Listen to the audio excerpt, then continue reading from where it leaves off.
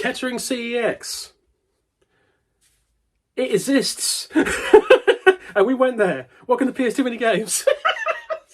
PS Too Many Games.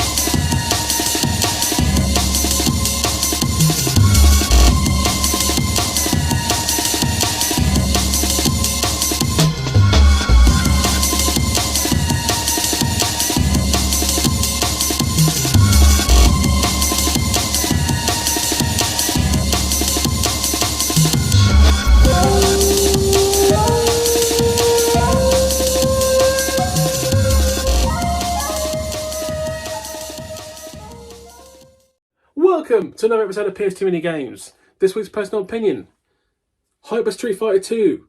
By far the best version of Street Fighter 2. You want to fight me on that one? I'll fight you. On Street Fighter 2. But seriously, welcome to PS Too Many Games. Thank you for watching. This week is Kettering CEX. And he said Hereford there for some reason. Kettering CEX proved to be quite helpful. Not brilliant store, but not a bad store. So average at best. Bit weird, Kettering CEX. Had two entrances, one from the mall, one from the high street.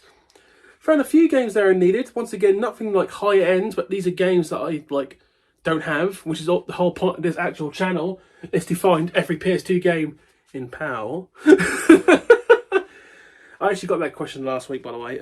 Why don't you go for the world, like everything? That is 6,000 games plus for the world. No. No. To be fair, Kettering was the second of the 10 CXs I visited. I got nothing bad to say about Kettering CEX itself. Kettering Town, a little interesting road system. Once again, nothing really bad to say about Kettering itself. Generally speaking, there are very few places I go to that I actually don't like. There was one, by the way, we went to I severely disliked. We'll get to that eventually. Not CEX, the actual town itself. My God. Kettering reminded me of Great Yarmouth. It's there. If anyone lives in Kettering, I'm sorry. It's just there. It's just there. But once again, proved adequate, so it helped out. So thank you, CEX Kettering. It was at this point where I decided to get an ambitious idea. And I threw it to Dan the Games Man. And it's like, because Birmingham has 8 CEXs. And to be honest, I always thought we could do them all in one day, but that would depend on me staying overnight in Birmingham beforehand. And I threw it one to Dan, and Dan would be game for that, so sometime in the future, not anytime soon. Me and Dan are probably going to do all 8 Birmingham CEXs in one day. Which, to be honest, doesn't sound like the hardest thing to do, but I try to avoid massive places. And obviously Birmingham being the second biggest city in the country, I try to avoid. So this is my life.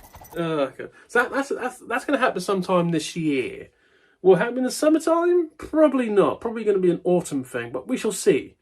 We shall see. What you also find with a lot of the CEX I went to, not all of them, they would have like rarity games, but they'd be the ones with no manuals.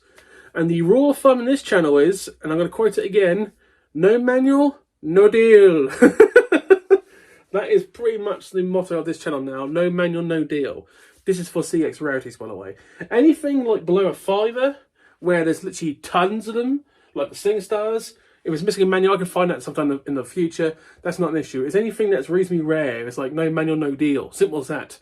And any collector should really go for that. In theory. I'm going to throw a commercial in here right now. There's not much really to say about Kettering CEX, so we'll just throw it in right now. We'll see you on the other side. See ya. Do it.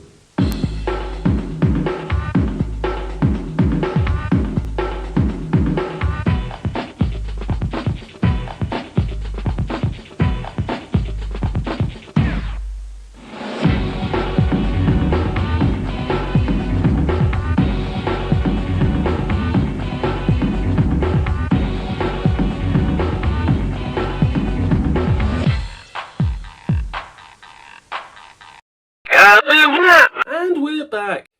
So once again, just like Corby, 4 games picked up the Kettering. Nothing super brilliant, but compared to Corby, these are more well-known games. So probably better, unless you think differently. I don't know. And we'll get into one by one. Game number 1, Speed Kings. The Kings of Speed. Apparently these guys like speed so much, it's a kingly feeling. Let's read the back, because I like a lot of... There's so many racing games on PS2, sometimes you just miss them. Speed Kings is about the pure, unadulterated adrenaline rush of illegal street motorcycle racing. Apparently so. The speed, the danger, the risks, and the bikes. And it's not just for how fast you go, but how cool you look when you're doing it. Cool. Oh yeah, there's always the cool factor for hardcore speed legal racing. If Fast and Furious never taught us anything, if you're going to have a fast car, make it green, and make it bright fucking green. In all seriousness, Need for Speed Underground 2 always went on my way to make my cars so ridiculous. Because, still by far the best Need for Speed. I hate saying that out loud, I love Most Wanted, but it is the best Need for Speed. Underground 2 is best... When you start out, after the first song you hear is the remix of Riders on the Storm with Snoop Dogg. I would splice this in right now, but we're going to get copyright hit, baby, so we can't do that. Wait, that's illegal. No, it isn't. I don't want it to be illegal. Oh, you just reminded me. Some people have rightly noticed that in the last 2 or 3 weeks we've had no adverts. That's because YouTube screwed up the monetization. To put it in context, apparently we got disconnected randomly. So I tried to reconnect through a different, and apparently to change, things, it'll take 30 days. So we basically have lost easily a month of monetization. But to put it in context, this channel makes literally very little to nothing each month. So it's not really hurting us. We might have lost a scintillating $5 this month on this channel. Oh no! My wife, she has been most vocal on the subject of the pretzel monies. Where's the money? When are you going to get the money? Why aren't you getting the money now? And so on. So please, the money. You heard her. She said no. Legs, Louie, advance on them. But anyway, Speed Kings. The next game is also a racing game, but a bit different. World Racing. But what makes it different is mainly one car brand. Let me explain. First of all, fasten your seatbelt and step into the shoes of the works driver for Mercedes-Benz with the aim to become number 1. I haven't played this, but I get the sense this is only Mercedes-Benz cars. Mercedes.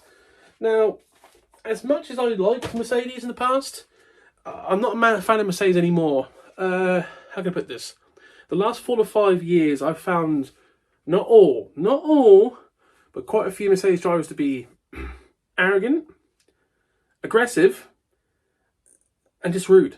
To put it in context, the person, remember like a few months ago, I got chased 21 miles on the way home from Leeds by a nutcase who thought I'd cut him up.